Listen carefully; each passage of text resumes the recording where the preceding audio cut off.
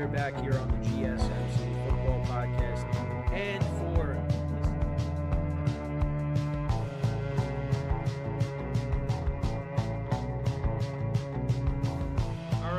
we are back here on the GSMC Football Podcast. And for the final. Keep yourself in the loop of everything football on the Golden State Media Concepts Football Podcast. The latest news on and off the field, be it college football, Big Ten, SEC, Big 12, Pac-12, ACC to the NFL. We've got you covered. Listen to the Golden State Media Concepts Football Podcast.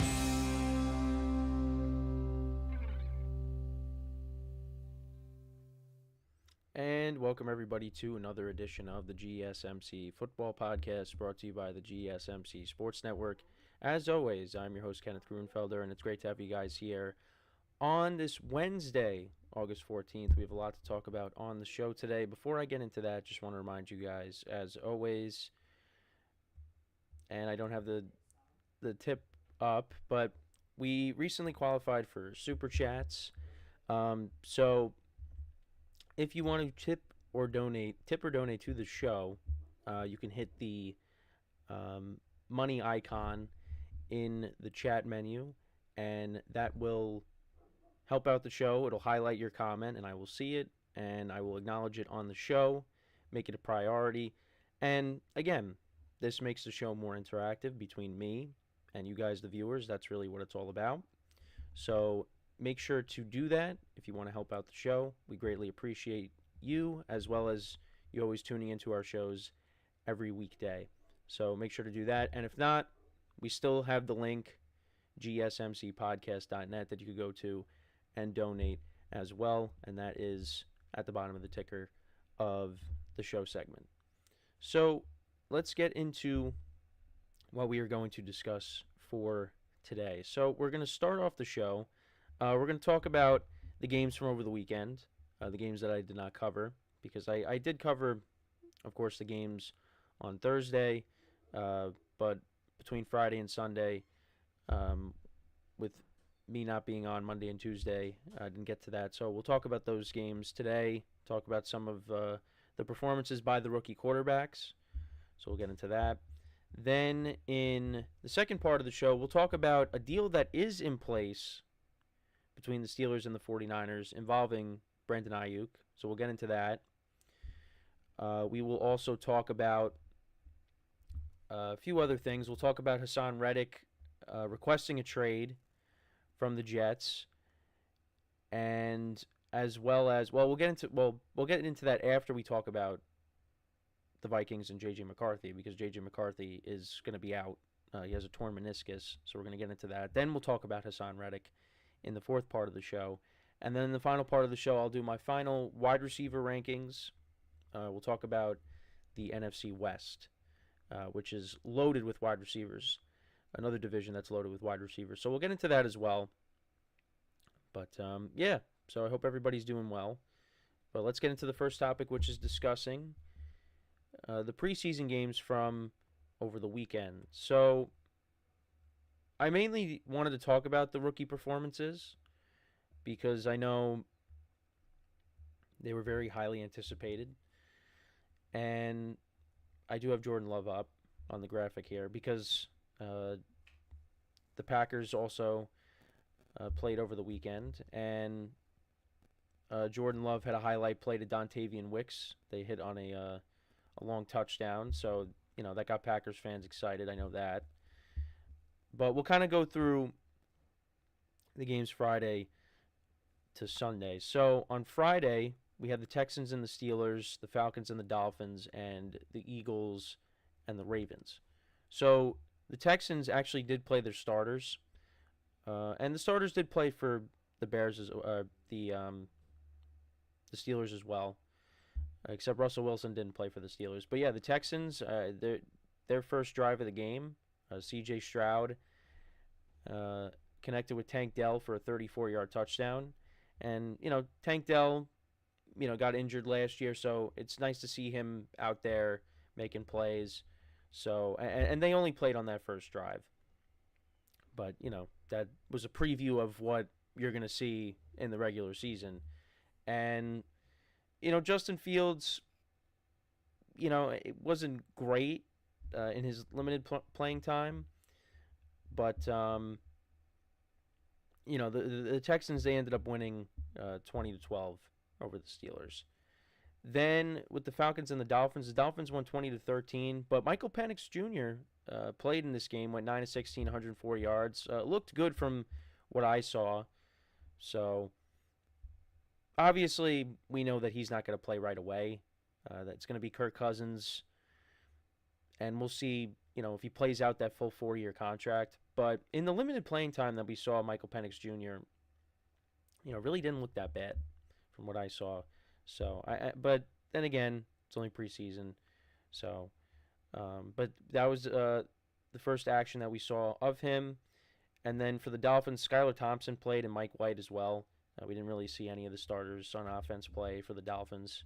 So, but they got the win 20-13. Eagles and the Ravens. Jake Elliott kicked the game-winning field goal. We got to see Kenny Pickett a little bit. He went 14-22 for 89 yards and a touchdown. And he connected with Will Shipley for a 7-yard touchdown. And then for the Ravens, Josh Johnson played. They didn't really play any of their starters either, but they got the win 16-13. Then the Packers and the Browns. Jordan Love went 2 of 2 for 63 yards and a touchdown. Connected on that big throw, long pass to Dontavian Wicks. And that was for 65 yards. So, again, got to get Packers fans excited when you see that. So, but Sean Clifford played most of the game. He went 10-19 for 111 yards. No touchdowns, no interceptions. We didn't see Deshaun Watson play for the Browns. You had Jameis Winston, Tyler Huntley, and Dorian Thompson-Robinson play. And they got their lone touchdown. It was from Aiden Robbins. So the Packers won that game 23-10. But for the rookie quarterbacks, Jane Daniels against the Jets, his numbers, he went 2 of 3 for 45 yards. He had a rushing touchdown. So that's something that's really going to help out the Commanders a lot, is Jane Daniels' mobility. And you saw that in the game here against the Jets. There was no Aaron Rodgers for the Jets. They had a Tyrod Taylor play, Andrew Peasley, and Adrian Martinez, who they got from the UFL. But, that was my one takeaway from that game is just, Jaden Daniels. He looked good in the limited playing time that he had. He connected with De'Ami Brown for that long pass for 42 yards. So, we'll see. I mean, there are people that are optimistic about the Commanders, and we'll see how they are in 2024. Caleb Williams, of course, highly anticipated debut, went 4 for 7 for 95 yards, no touchdowns, no interceptions, connected with DJ Moore in a couple of passes. He had a no-look pass to DeAndre Swift that went for 42 yards, a nice throw to Cole Kmet. In his limited playing time, he also looked good as well. And, the Bills, they played their starters. Josh Allen only went 2 of 3 for 22 yards. But I did like what I saw from Caleb Williams. So, again, it's only preseason, but still. Gotta like what you saw there. J.J.McCarthy, who we'll talk about a little later in the show. The Vikings won 24-23. It was funny. I turned the game on because it was on NFL Network. I turned it on. I was like, oh, okay. J.J. McCarthy's in. And he immediately threw his one interception. But then after I turned it off, from what I saw from the highlights, looked good on some of those throws that he made. But now we don't know how long he's going to be out for. But we'll get into that later in the show. But yeah, he went 11 of 17 for 188 yards, 2 touchdowns and a pick. Sam Darnold went 4 for 8 for 59 yards, and Jaron Hall went 7 to 16 for 63 yards. And then as for the Raiders, you had all three quarterbacks play. Gardner Minshew went 6 of 12 for 117 yards and a touchdown. Aiden O'Connell went 7 of 9 for 76 yards. Anthony Brown went 1 for 3 for 24 yards. He was the old Ravens quarterback. Sorry. Trey Tucker was their leading receiver. He had 2 receptions for 73 yards. But yeah, the Vikings won 24-23. the Buccaneers and the Bengals. Joe Burrow did play and, connected with T. Higgins for a touchdown early on in the game, went 5 for 7 for 51 yards. So, looked okay from what I saw.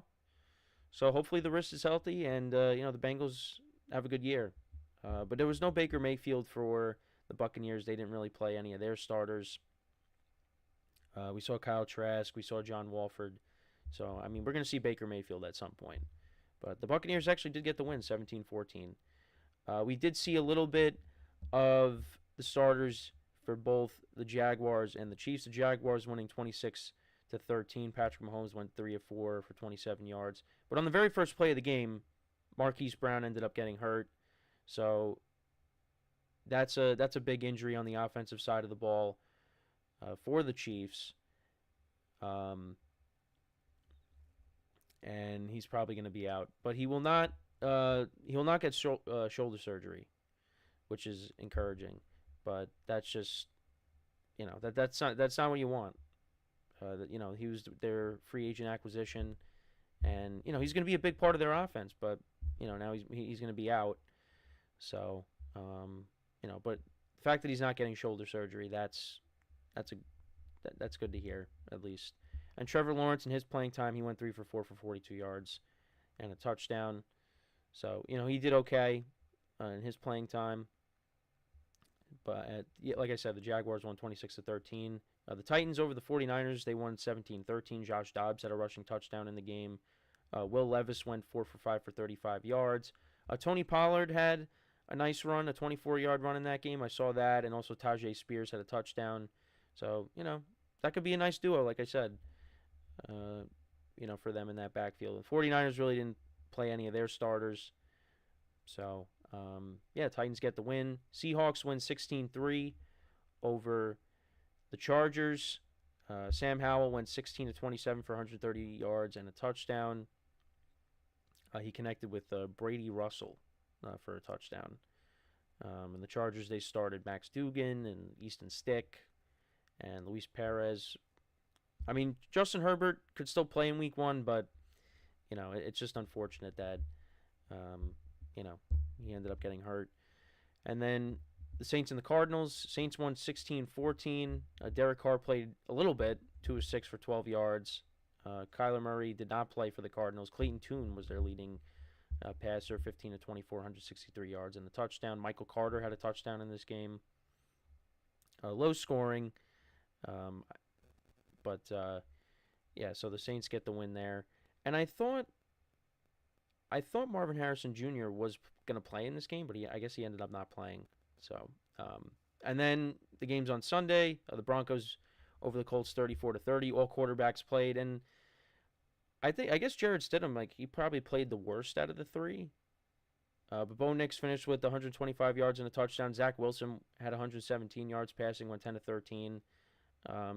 Made some plays in the game, but again, it's preseason. Don't want to go crazy over it.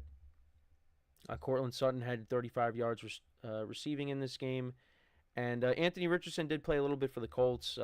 Didn't look great in the limited playing time, but again, it's just a start. So, a lot of people are anticipating he's going to be good this year, which I think he will be. I think the Colts are going to be a team that's going to be in the thick of it throughout the year. So, high-scoring game there, 34-30, Broncos over the Colts. And then the Cowboys and the Rams. So Stetson Bennett played the entire game, went 24-38 for 224 yards. Had 4 interceptions, but he threw the game-winning touchdown. So the Rams get the win there.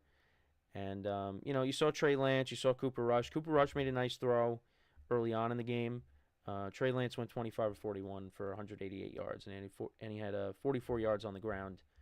But the Rams get the win. But let me know what you guys think, though, about week 1 of the preseason. What were some of your takeaways from that week?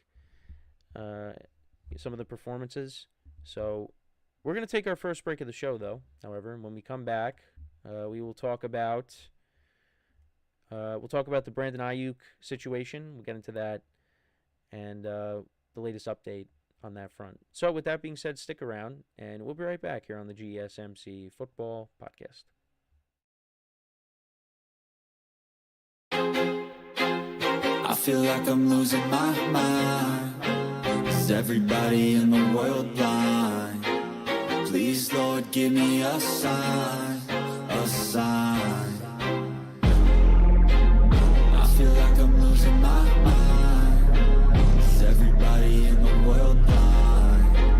Please, Lord, give me a sign, a sign. I wanna be the greatest. Everybody on the fake shit. I look around and feel like everybody is the fakest. I make this every day and I'm impatient, hoping one day I blow up from the basement. Statement, the top is so vacant. I don't hear shit that I think is amazing. Waiting for my day when I'm playing sold out shows for 1,000 faces. Hey, give me that crown, get in my way and to be put down. It ain't your place, all this my town. If I want that shit, then I'll get it right now.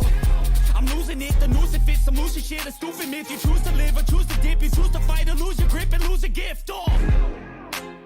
I feel like I'm losing my mind. Is everybody in the world blind? Please, Lord, give me a sign, a sign. I feel like I'm losing my mind. Is everybody in the world blind?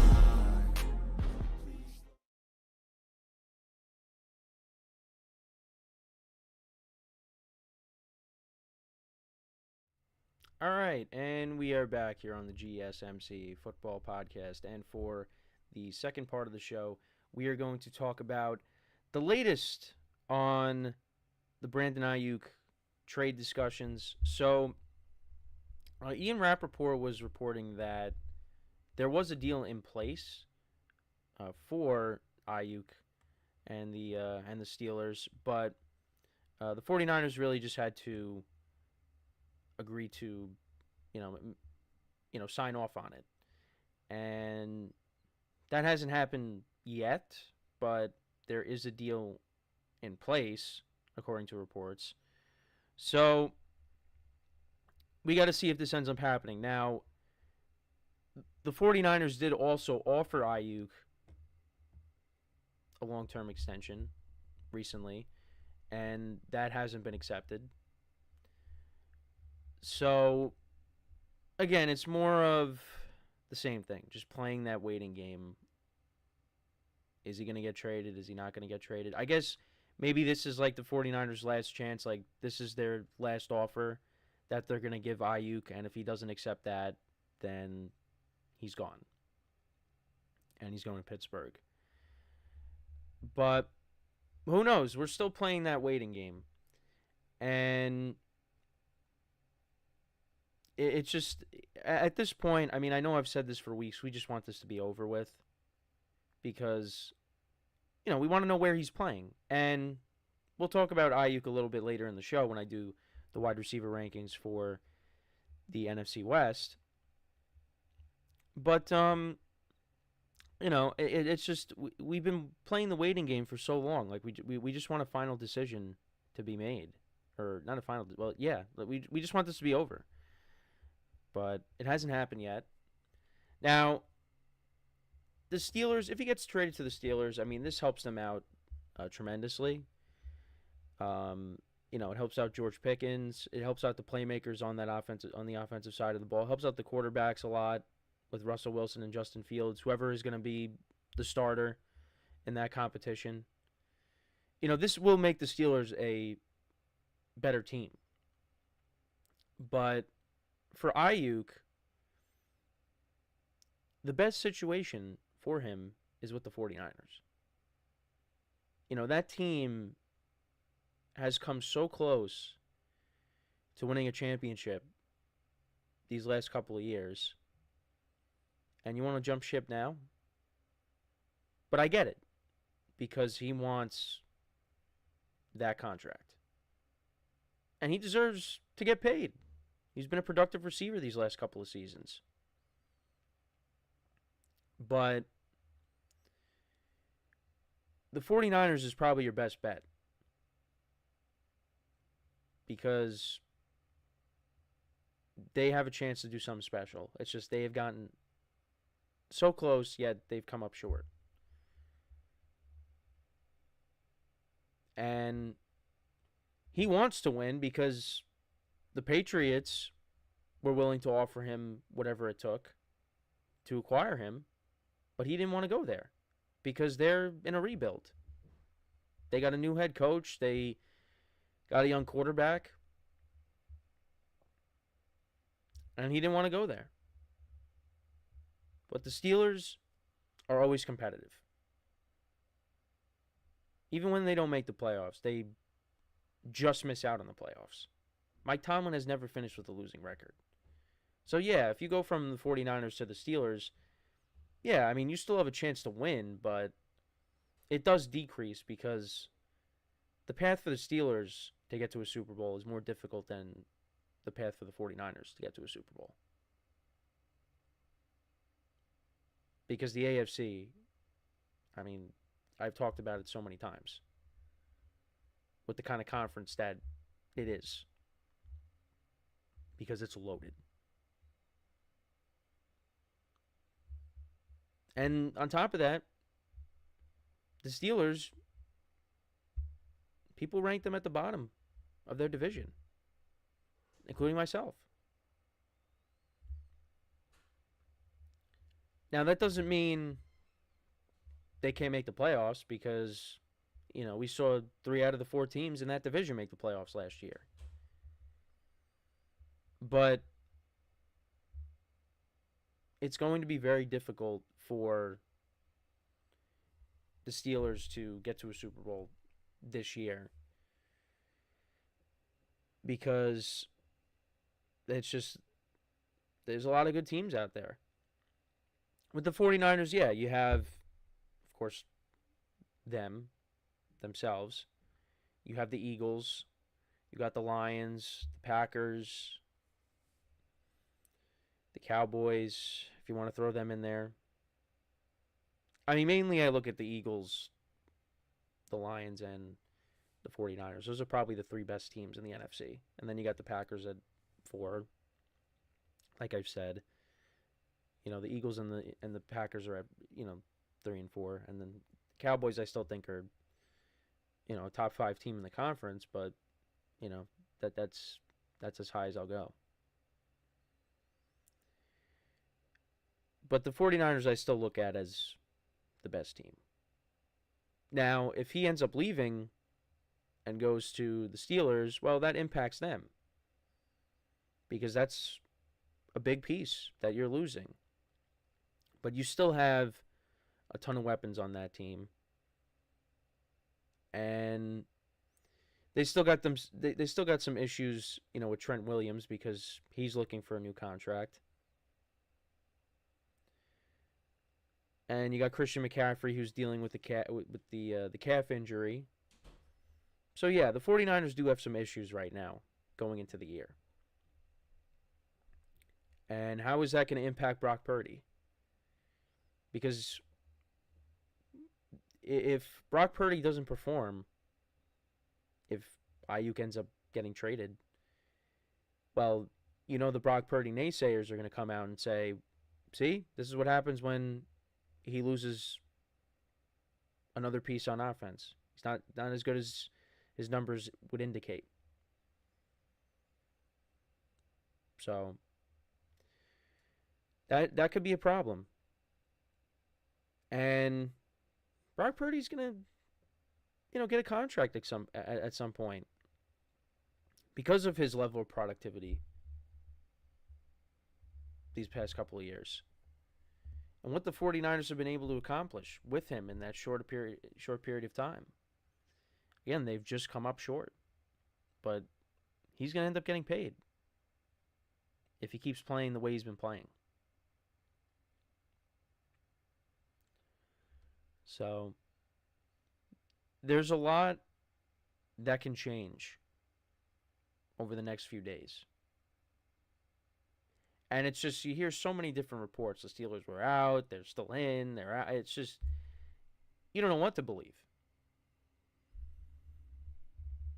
But when you have, you know, Ian Rappaport reporting that they got something in place, there needs to be a final decision, we could be moving towards a decision finally being made.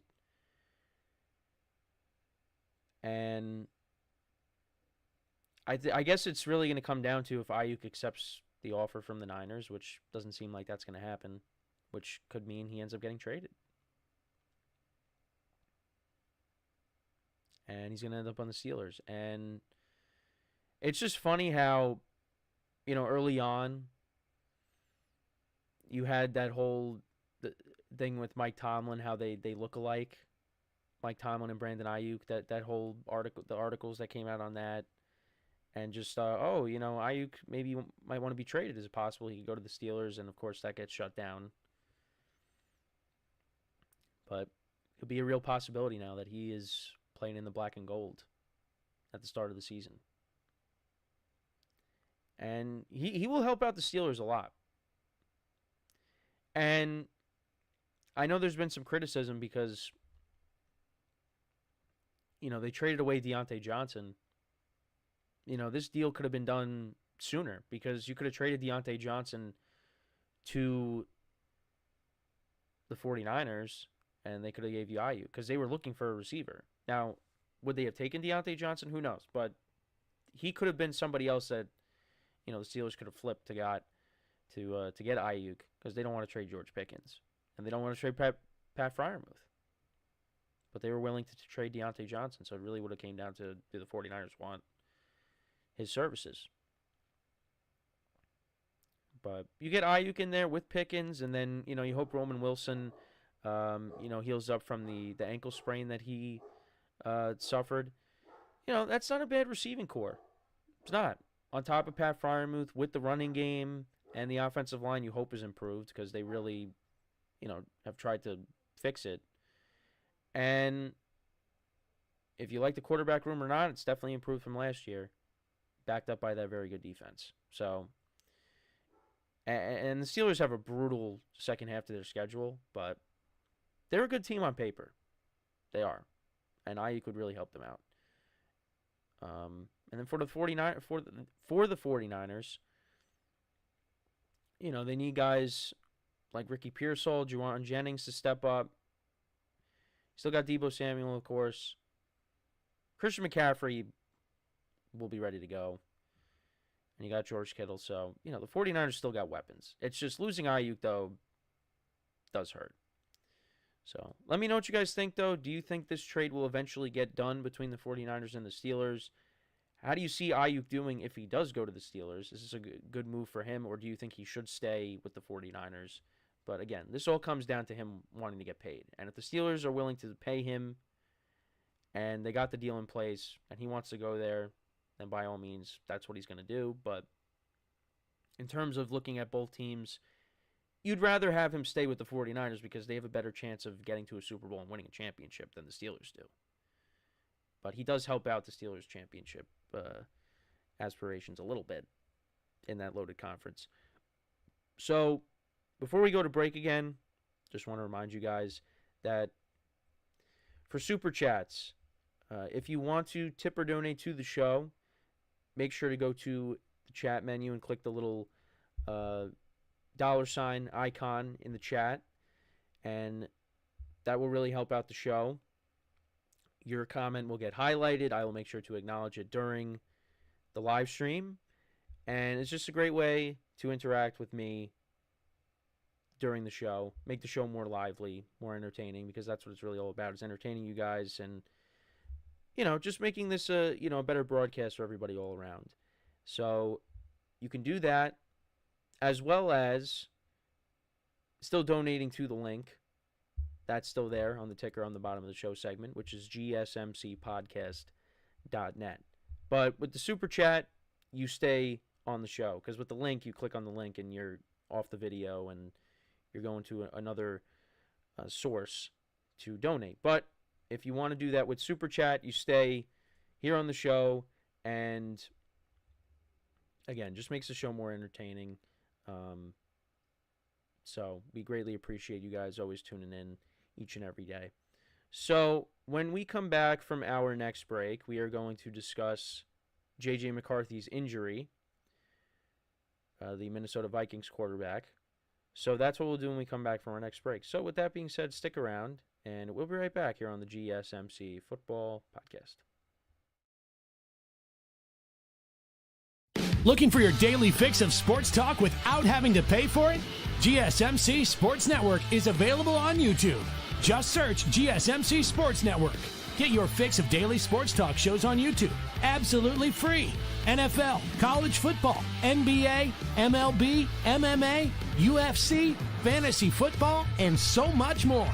GSMC Sports Network has shows running all day long, with new sports shows starting every 2 hours. Just like on your favorite cable sports channel, except GSMC Sports Network is absolutely free. Just search GSMC Sports Network on YouTube to catch one of your new favorite shows, like the GSMC College Football Podcast, Chip Shot Football Podcast, Hoops and Heels Women's Sports Podcast, GSMC Basketball Podcast, and so many more. Check it out for yourself. GSMC Sports Network, now available on YouTube absolutely free. Search GSMC Sports Network on YouTube right now.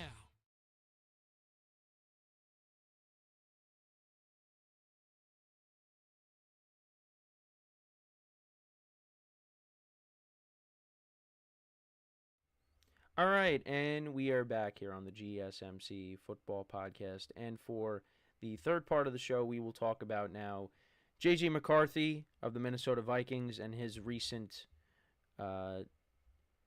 injury.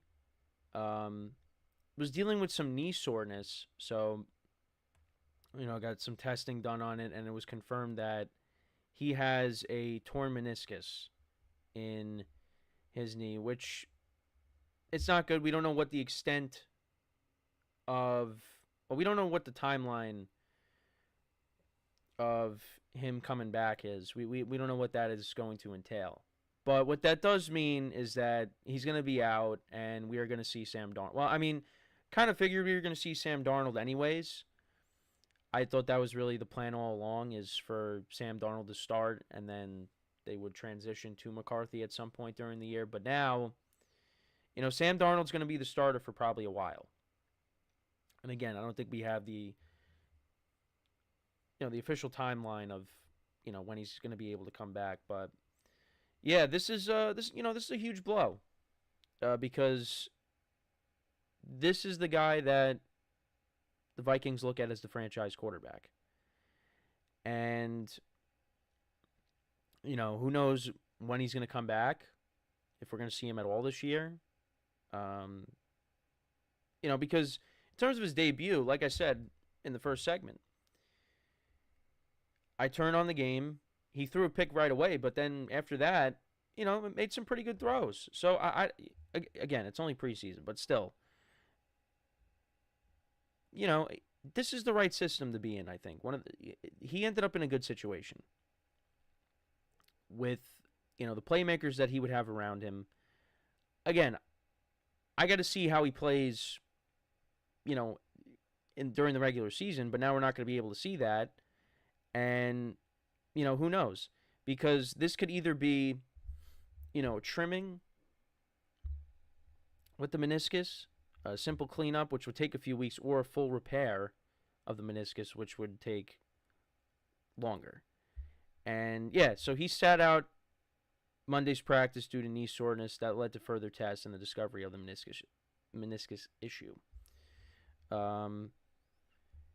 Kevin O'Connell praised McCarthy's perseverance in playing through the injury during the game and expressed disappointment for the rookie's interrupted development. So, yeah, we got to wait and see how long he's going to be out. But Sam Darnold is going to get, some runway to, be the starter. And it's a blow for the Vikings just because, again, you want to be able to evaluate your future. They drafted him with the 10th overall pick. He's going to be, they look at him as the long-term answer at quarterback. And if he sits out for the full year, which, again, you don't know how long he would have sat, because I still thought all along that Sam Darnold was going to start the year, but you didn't know how long he was going to sit for, J.J. McCarthy, when was going to be the right time to be put in. And, the Vikings' schedule to start the year is brutal. So maybe, if Darnold's not playing well, after that stretch, then they would have put in McCarthy. because the Vikings schedule, I of course I did go over it, but when I was going over the schedule previews, but yeah, they do have a brutal start to the year, and of course when I go to pull up their schedule, it does not let me on CBS, so that's nice. Okay, actually, wait, hold on. Of course, my phone does not want to work. That's awesome. But they do open up against the Giants. I know the Packers were on there. The Texans were on there as well. It was just a brutal start to the season. Yeah, so they take on the Giants in week 1, which I will be in attendance for. Then after that, they take on the 49ers in week 2, which is not going to be easy. They take on the Texans. They're at Green Bay. Then the international game with the Jets. Bye week, play against the Lions. At the Rams, you got the Colts. Yeah, I mean, those are tough games. So, it's very likely they could have, 1 or 2 wins. And the Vikings roster is not bad. They got a good team.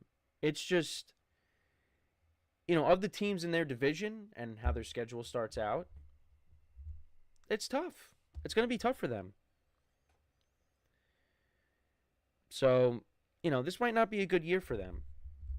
Now, that doesn't mean like they're going to get blown out by all these teams that they play against, but a lot of those matchups you look at early on. I mean, again, the Giants could be a win, but you got the Packers. I mean, there's divisional games. You got the Packers and the Vikings. You're always going to play your division rivals tough for the most part. You got the Texans, the 49ers.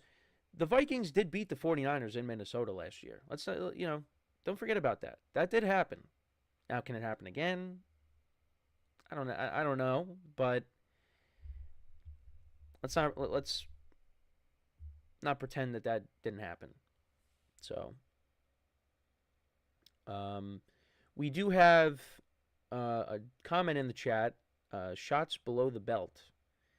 He said drafted Jordan Addison before the J.J. McCarthy news on fantasy. Well, listen, I don't think that's something to freak out about. I think even with Sam Darnold throwing him the ball, I think, Addison is still going to be a productive receiver for you. Now, it depends on where you drafted him. Like, if you overdrafted for Addison, well, if he's like your number 1 receiver on your team, well, that's kind of a problem. But I don't think that's something to be too concerned about. Because J.J. McCarthy, I don't think was going to start the year. But, there are some questions, like how is Sam Darnold going to do in this offense? And you also got Justin Jefferson healthy. And if Jefferson's healthy, defenses are going to be focusing in on him more so than Addison. So, I don't think that's something to worry about when it comes to Addison's production in fantasy. Now, in terms of where you would draft Addison, I'm not really sure. I'm not sure what his ADP is off the top of my head. But, it's going to be taken. He's not going to be taken in the first 2 rounds. I guess he'd be probably a 3rd or 4th round pick, in my mind. And you also got to remember, look at what Justin Jefferson did that last game of the year with Nick Mullins at quarterback. I think these guys are still going to be able to produce even with, some of the with the quarterback situation that they got going on right now. Because now Nick Mullins is the quarterback too.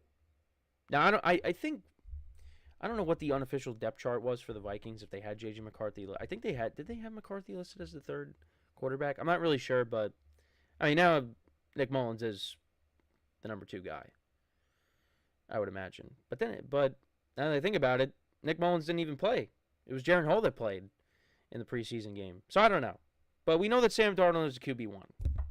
So keep knocking over my mic here. Yeah, I wouldn't really worry about the McCarthy injury when it comes to Addison's fantasy production. But this is, again, it's just it's a blow to their team. because, if he's out for an extended period of time, you might not really see him this year. If, like I said, if it's a, cleanup, a trimming, I think that's what they were calling it, of the meniscus, then he could be back sooner. But it's just unfortunate.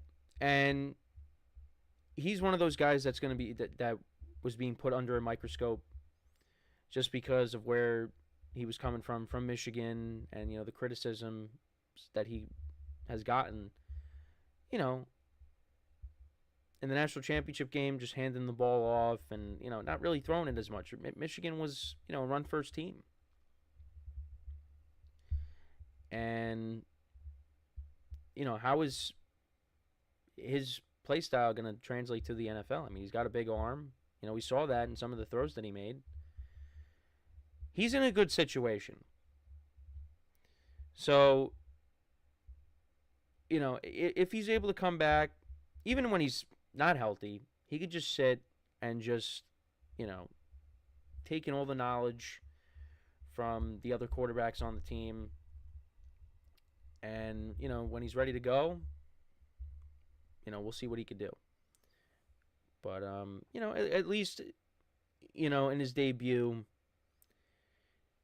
it was a mixed bag a little bit because the interception was bad. But you know what? That's going to happen. It's going to happen to all the young quarterbacks that we see. We saw, some of the other guys, and they had good debuts. But you know what? They're going to have their moments where they don't, put up good numbers and they make mistakes. But that all comes with, transitioning to the NFL. And, we'll see who separates themselves from the pack, who's able to adjust faster. And we'll see who, just doesn't have it in general. Some we might not see right off the bat. Like, we know Michael Penix is going to be sitting for, for a bit if Kirk Cousins stays healthy. But we know we're going to see Caleb Williams right off the bat. We know we're going to see Jaden Daniels right off the bat. So, and I feel like for the most part, you got to like what you saw from pretty much all the young quarterbacks. I mean, Drake May really didn't get to see a lot of him. But we did see a decent amount of J.J.McCarthy. We did see, Caleb Williams make some plays in his debut. Jaden Daniels, Michael Penix. They all made plays. Pretty much. So, not a bad weekend for them until, we heard the news of the injury to J.J. McCarthy. So, yeah, let me know what you guys think, though, about the injury for McCarthy. Again, it's just unfortunate because, again, he had it was a little bit of a mixed bag, but, the good outweighed the bad, in my opinion, from what I saw. So, let me know what you guys think, though, in the comments. So, we are going to take our next break, and when we come back, we will discuss Haason Reddick of the Jets requesting a trade, and the Jets, their response to that. So, with that being said, stick around, and we'll be right back here on the GSMC Football Podcast.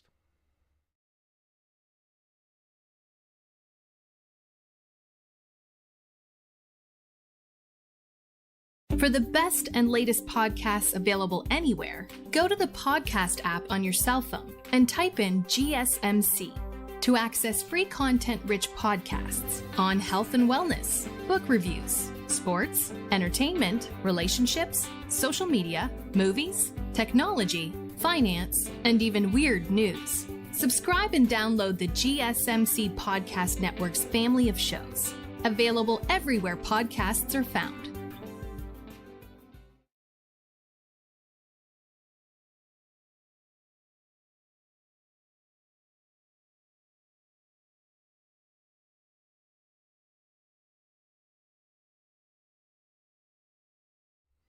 All right, and we are back here on the GSMC Football Podcast. And for the fourth part of the show, we're going to talk about Haason Reddick of the New York Jets requesting a trade and the Jets' response to it.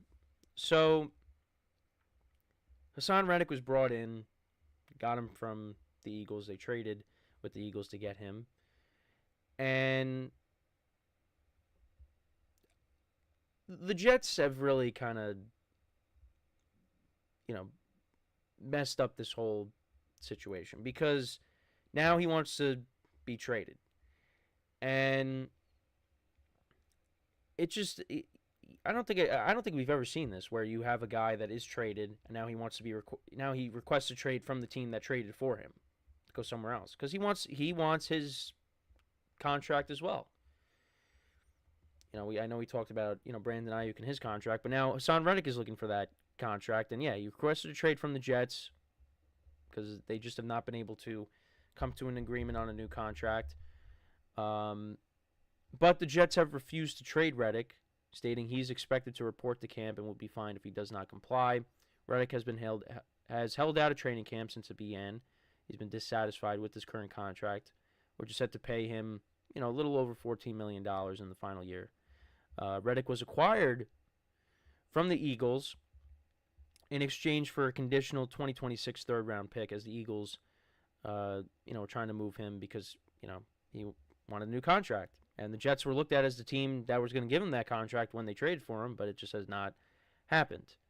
And, they looking at him as the replacement to Bryce Huff, who left in free agency to go play for the Eagles. And it just hasn't been good. And, the longer he holds out, he's going to be getting fined.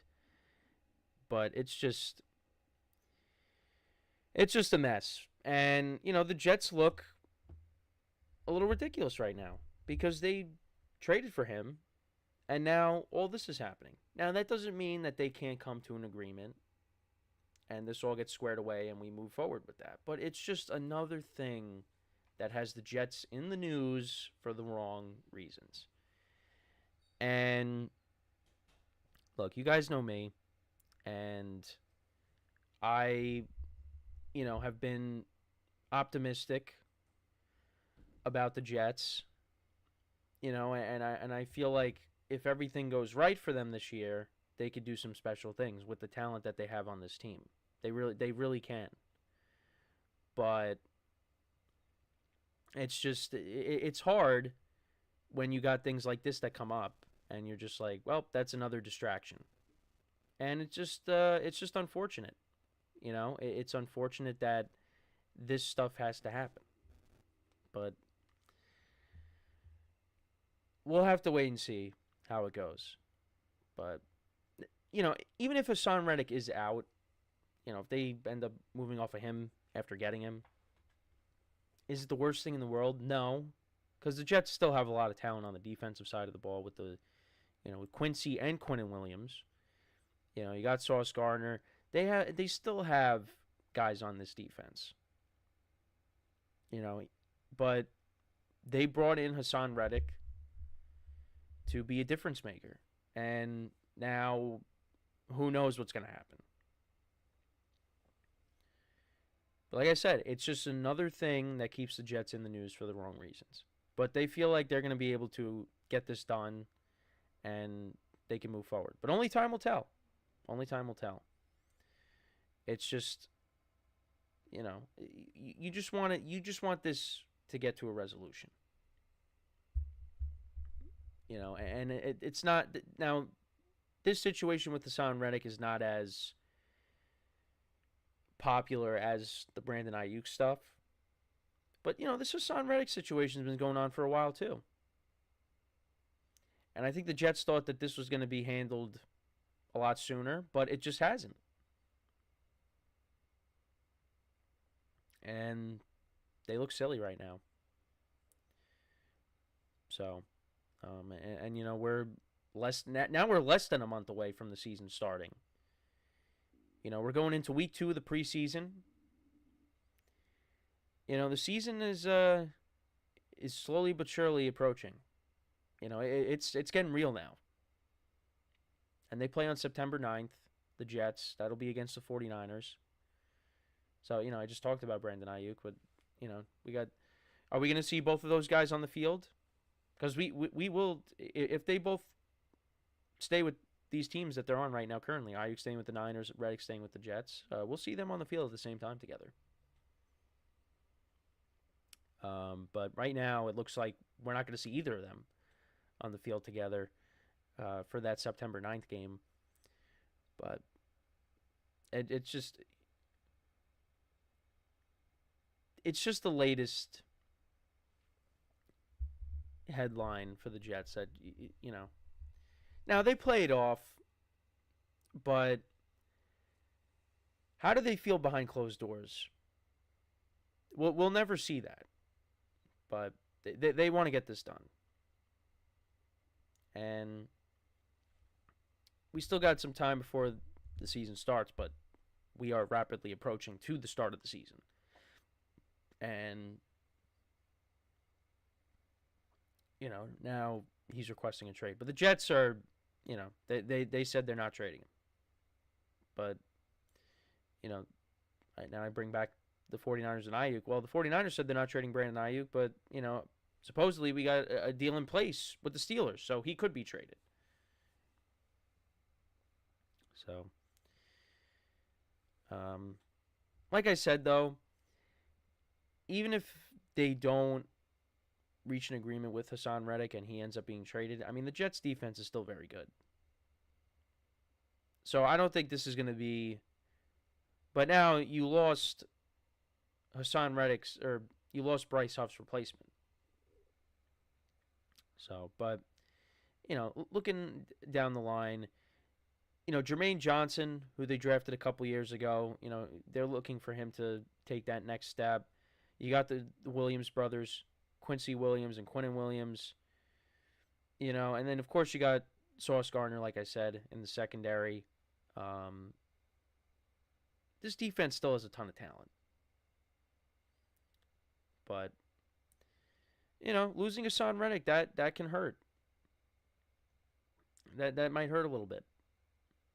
So I'm not really worried about the Jets defense that much if they lose him, but, you know, that was supposed to be the replacement. So, you know, we'll just have to keep an eye on it. But, you know, just more news that the Jets are making that's just not what you want to hear. But like I said, I still kind of remain optimistic with the Jets throughout this whole offseason. You know, from even with Aaron Rodgers, you know, missing training camp and, you know, now the Reddick stuff. I just think this team has too much talent. That if, you know, even if they're healthy, like they should be good. But they do have ifs. And there's still some questions that I have. You know, I want to see how this offensive line plays. You know, how does Aaron Rodgers hold up coming back from his injury and now him being 40? You know, how is that all going to be? Now, if Rodgers is healthy and, you know, the offensive line protects him, this team's going to be good. But, you know, if he's getting bull rushed on every play, it's not going to work. Now, I'm hoping that we get one more solid year out of him. Because, I've said it all along. I don't want him to go out like he did last year. I want him to go out there, have a productive season, and, you know, maybe the Jets go on a run. And, you know, maybe he goes out in a shootout against Patrick Mahomes in the AFC Championship game. I don't know. I'm just throwing that out there. But I want to see him go out on a higher note. I don't want to see him go out like he did last year. Because this is one of the greatest quarterbacks that I've ever seen in my lifetime. Probably the greatest quarterback I've ever seen in my lifetime. Just in terms of pure talent.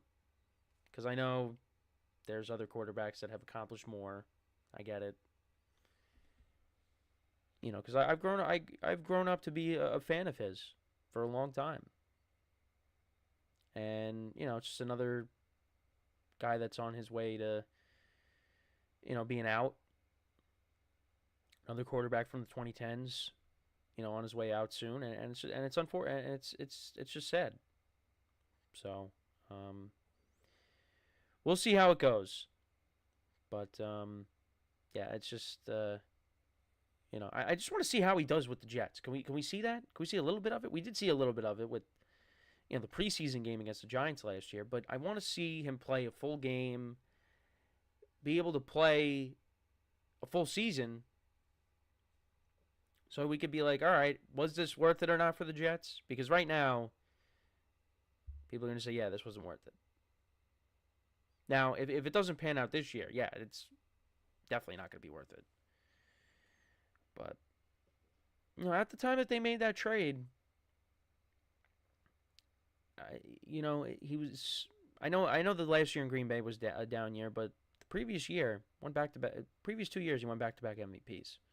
So you do that. It's just we did not expect him to get hurt 4 plays into the season. Just did not expect that. But that's what happened. So, but yeah, but he seems to be all the way back from the injury, which is good. Now the Jets got to focus on Haason Reddick and getting this under control. So, yeah, we will see. We'll see how it goes. If they can get this done, the Jets said they're not going to trade him. But only time will tell. Only time will tell.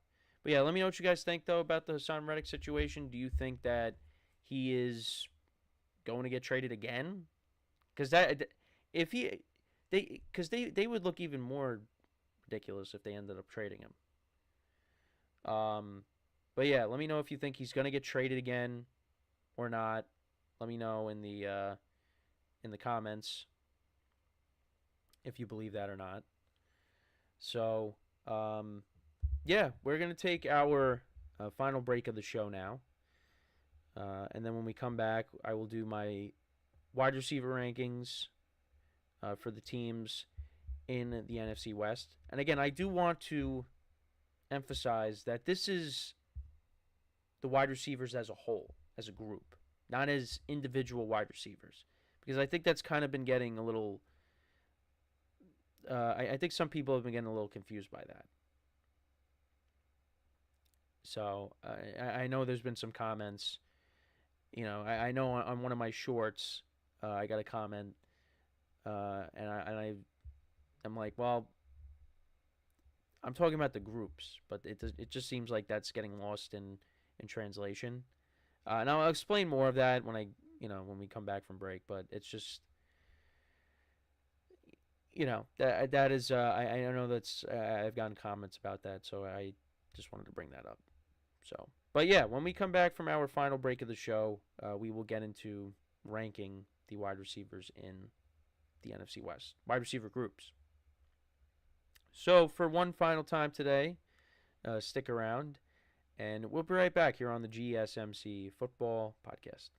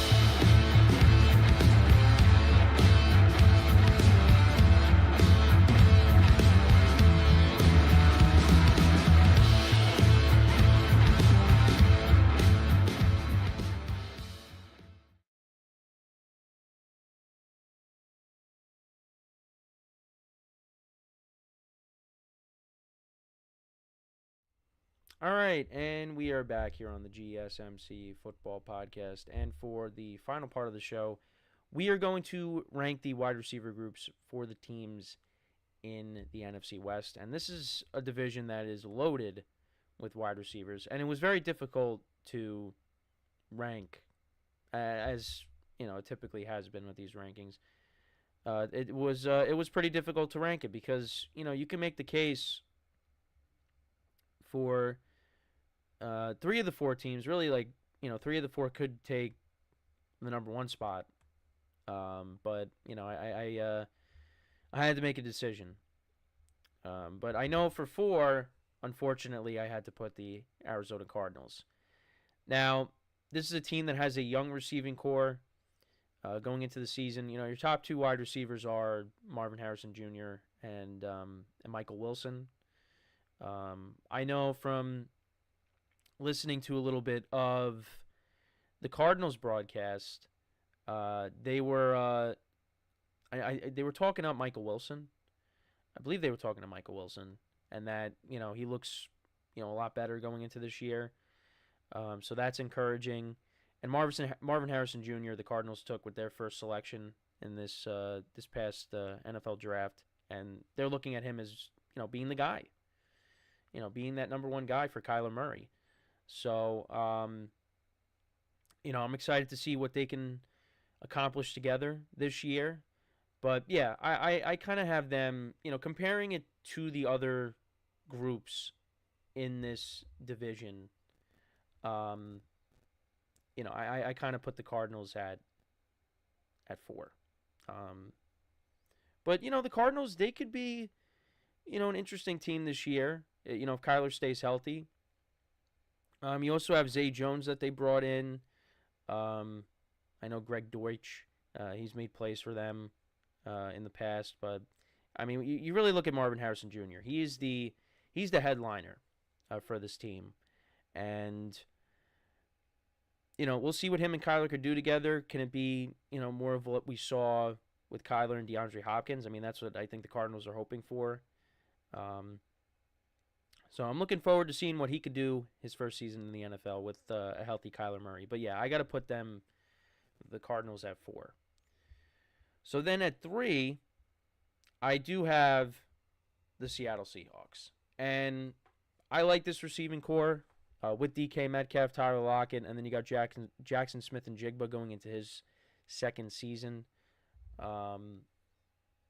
This has been a nice duo that the Seahawks have had with Lockett and Metcalf for a number of years now. And obviously, things have changed with, Geno Smith being the starter the last couple of years, taking over for Russell Wilson. But yeah, right now you got Metcalf, Lockett, and Smith and Jigba. Those are your top 3 receivers. And last year, Metcalf had 1,100 yards receiving, 8 touchdowns. He did have 3 in the game against the Cowboys later in the season. But yeah, had another solid year. Tyler Lockett had 894 receiving yards and 5 touchdowns. And then Smith and Jigba in his rookie season, they're showing his preseason stats. I wanted to see his stats from last year. Yeah, so he had 628 receiving yards and 4 touchdowns. So, the receiving core for the Seahawks is solid. And like I said, you could really make the argument, in my opinion, you could put the remaining 3 teams, you really could change them all up and put, you could make the argument you could put the Seahawks receiving core at 1 because they've been so productive. But right now I got them at 3.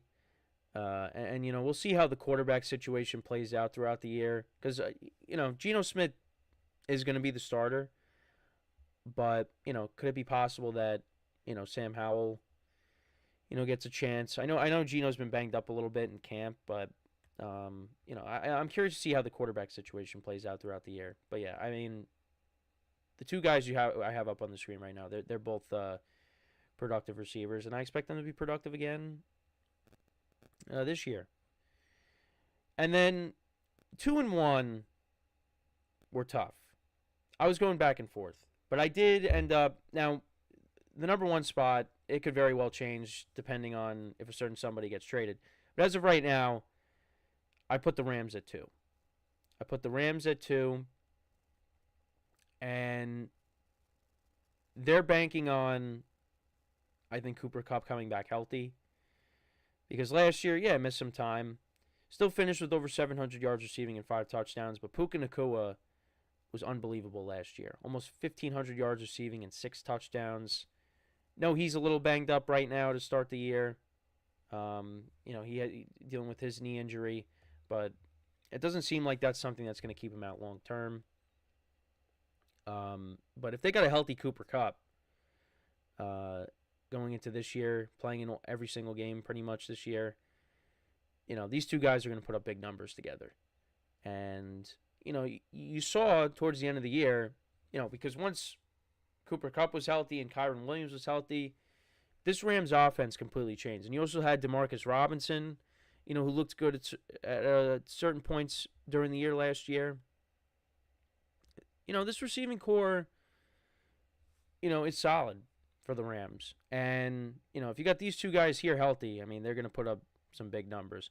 Also, I did forget to mention, in the preseason game this past weekend, Jordan Whittington was making some plays for them in that game. So, maybe that's somebody to keep an eye on, if he continues to do that. As well as Tutu Atwell. Forgot about him last year. He had that touchdown in the playoff game against the Lions. This receiving core, with the top two guys, those two guys are going to put up big numbers. Like I said, if they're both healthy, I still think Cooper Kupp, if he's healthy, I know he's getting older, but I think he's still got some good years left in him. And Puka, he's got his whole career ahead of him. So. But yeah, I got them at 2. And you got Matthew Stafford throwing you the football as well. And if he's healthy, like I said, these guys are going to put up big numbers with him. And then at the number 1 spot, as of right now, I got Deebo Samuel and Brandon Aiyuk. I got Aiyuk's numbers. He had a solid year, of course. And, we're waiting on if he ends up getting traded. Because now if he gets traded, well, the 49ers get bumped down a little bit. Because then you got, Juwan Jennings and Ricky Pearsall, taking on more of a role in the offense. But Deebo Samuel last year had 892 yards receiving and 7 touchdowns. Missed some time. And, when he was hurt, the 49ers offense did, take a step back a little bit. Him and Trent Williams. And he also had 3 rushing touchdowns last year as well. But with these two guys, if they're both playing for the Niners, I think right now this is the best receiving core of the teams in the division. But it could very well change if Aiyuk does end up getting traded, because like I said, then they get bumped down a little bit. But this division though is absolutely loaded with receivers. And that's why it was very hard, because I was going back and forth with the Rams and the Niners last night, and I said, you know what, I'm just going to keep the Niners at 1. But it's tough. It's tough, ranking these teams here, because it's really close. So, but that's what I got right here. So to kind of go through it again. Got the Cardinals at 4, Seahawks receiving core at 3, the Rams at 2, and the Niners at 1, which is subject to change if Aiyuk does end up getting traded. Because if he ends up getting traded, then the Niners are not number 1 anymore. Definitely not number 1. So let me know what you guys think about those rankings. How would you rank the teams within this division? Let me know in the comments. So, yeah, that's pretty much it for the show for today. Thank you guys for tuning in. Week 2 of the preseason is upon us, so I know I will, preview some of the games, as well as I'll also, talk about episode 2 of Hard Knocks with the Bears. I didn't get a chance to do that. I didn't get a chance to watch it with things going on, but I will make sure to take a look at it and give you my thoughts on it. But yeah, another week of football is upon us. the college football season is getting close. It's actually next week.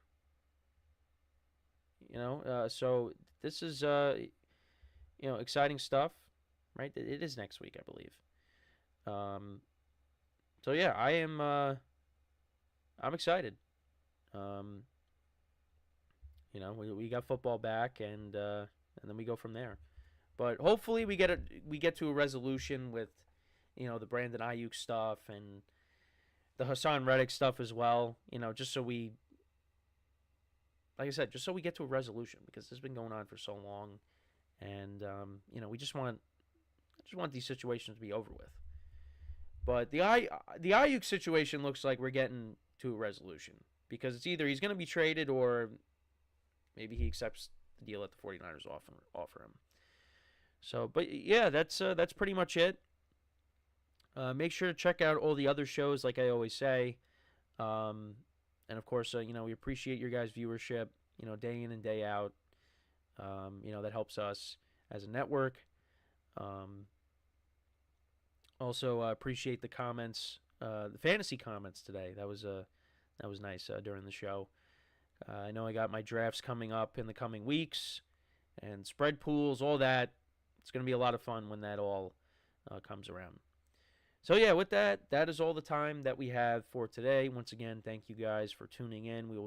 We will be back again tomorrow, 10:30 a.m. Eastern Time. And until then, as always, I'm your host, Kenneth Grunfelder, signing off from the GSMC Football Podcast, brought to you by the GSMC Sports Network. Have a good day, and I will talk to you guys tomorrow. Take care.